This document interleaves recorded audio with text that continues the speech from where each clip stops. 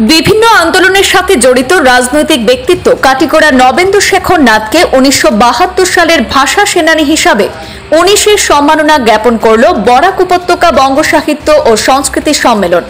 শনিবার বঙ্গ সাহিত্য সংস্কৃতি সম্মেলন কাছাড় জেলা কমিটির সভাপতি সঞ্জীব দেব লস্কর, সম্পাদক উত্তম কুমার সাহা, কেন্দ্রীয় সমিতির সাধারণ সম্পাদক গৌতম প্রসাদ দত্ত, কেন্দ্রীয় সমিতি কার্যকারী সদস্য সীমান্ত ভট্টাচার্য, সংগঠনের বরিষ্ঠ কর্মকর্তা কল্যাণ কুমার চক্রবর্তী, কাটিগড়া আঞ্চলিকের সম্পাদক ইমাদ উদ্দিন মজুমদার সহ অন্যান্য নেতৃবৃন্দ নবেন্দু শেখর নাথের কাটিগড়াস্থিত বাড়িতে গিয়ে এক সংক্ষিপ্ত অনুষ্ঠানের মাধ্যমে নবেন্দু শেখর নাথকে উত্তরীয় পরিয়ে শংসাপত্র সহ উপহারাদি দিয়ে সম্মাননা জ্ঞাপন করেন।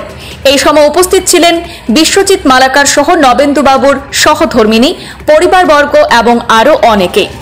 শারীরিক অসুস্থতার জন্য গত মে মাসে শিলচরে আয়োজিত অনুষ্ঠানে উপস্থিত থাকতে পারেননি নবেন্দু শেখর নাথ।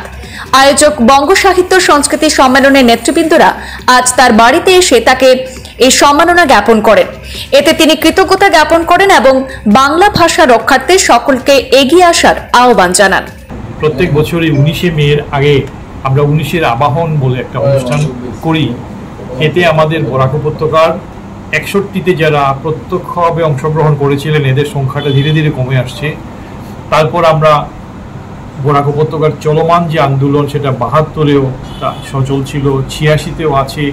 এই যে চলছে এই আন্দোলনের সঙ্গে যারা জড়িত আমরা তাদের আমাদের সামনে নিয়ে আসি এবং তাদের প্রতি আমাদের যে শ্রদ্ধার্ঘ্য নিবেদন সেটা আমরা করি এবং এইভাবে আমরা আন্দোলনের সেনানীদের স্বীকৃতি এবং সেনানীদের আমরা যথাযোগ্যভাবে আমরা সম্মান প্রদর্শন করি এবং এতে বরাক উপত্যকার গ্রামে গঞ্জে ভাষা আন্দোলনের সেই চেতনা তার যদি প্রসার ঘটে সেটাই আমাদের কামনা।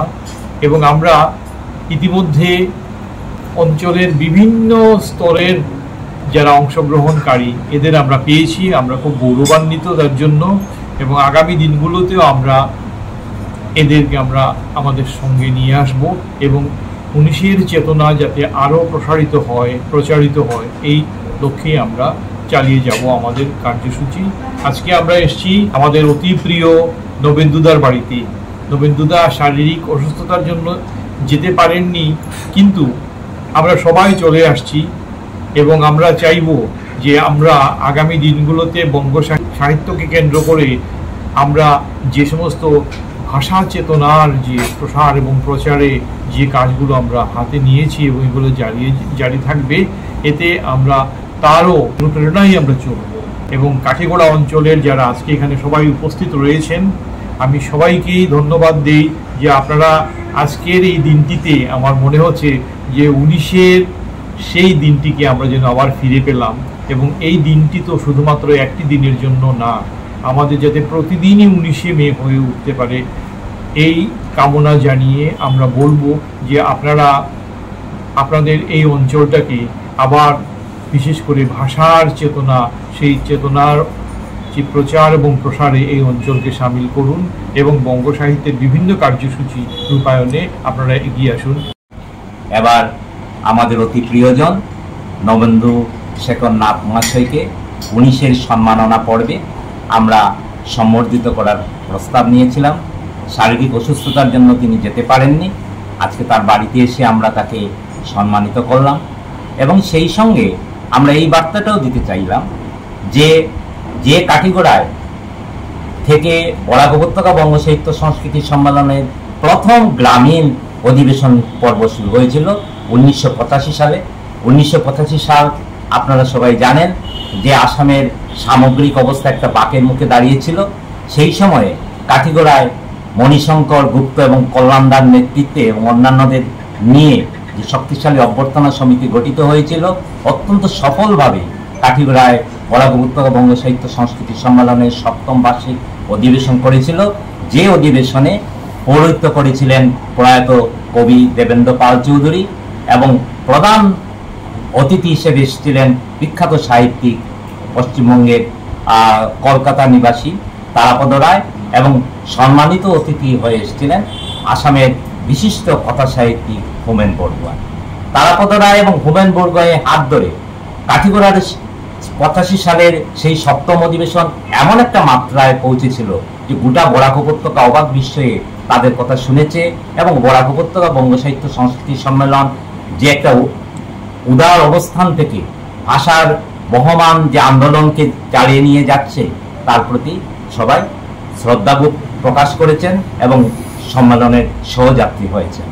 আমরা বরাক উপত্যকা বঙ্গ সাহিত্য সংস্কৃতি সম্মেলন আবার মনে করি যে আমাদের ভাষা, আমাদের সংস্কৃতি, আমাদের কৃষ্টি, আমাদের নাগরিকত্ব বিপদাপন্ন। প্রতিটা জাতি তার নিজের অধিকার নিয়ে কথা বলে। আমরা বরাক উপত্যকার মানুষ অখণ্ড বাঙালি জাতিসত্তার আমরা রক্ষা করা এবং আমাদের সংবিধান প্রদত্ত যে অধিকারগুলো, সেই অধিকারগুলো যাতে আমরা সম্মিলিতভাবে রক্ষা করতে পারি, সেজন্য আমরা সবাই মিলে চেষ্টা করব।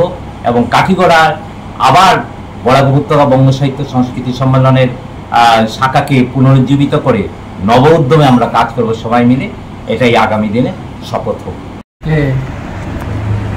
যে সম্মাননা দেওয়া আছে সেটা আমি কৃতজ্ঞ, এবং আমি এটা আমার কৃতিত্ব নয়, সমস্ত কাঠিগড়াবাসীর কৃতিত্ব, কারণ ওনাদের নিয়ে আমি আন্দোলন করেছি, সেই জন্য ওরা কৃতিত্ব পাওয়ার যোগ্য।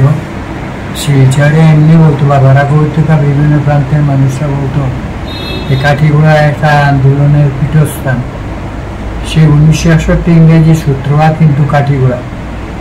সে বিশাল আলা ডিআইজি আইজিপি ছিল, ওর নির্দেশে ফায়ারিং হয়েছে।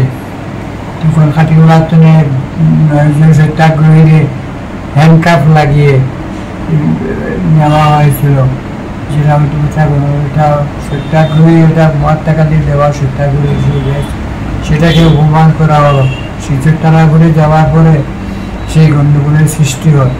যাই হোক, এইটা সত্য ধরে প্রতি বছর আমরা 1968 যে ভাষা আন্দোলনের স্মরণ করি, এবং 19শে মে সেই 11 জন আরো ভাই বোনকে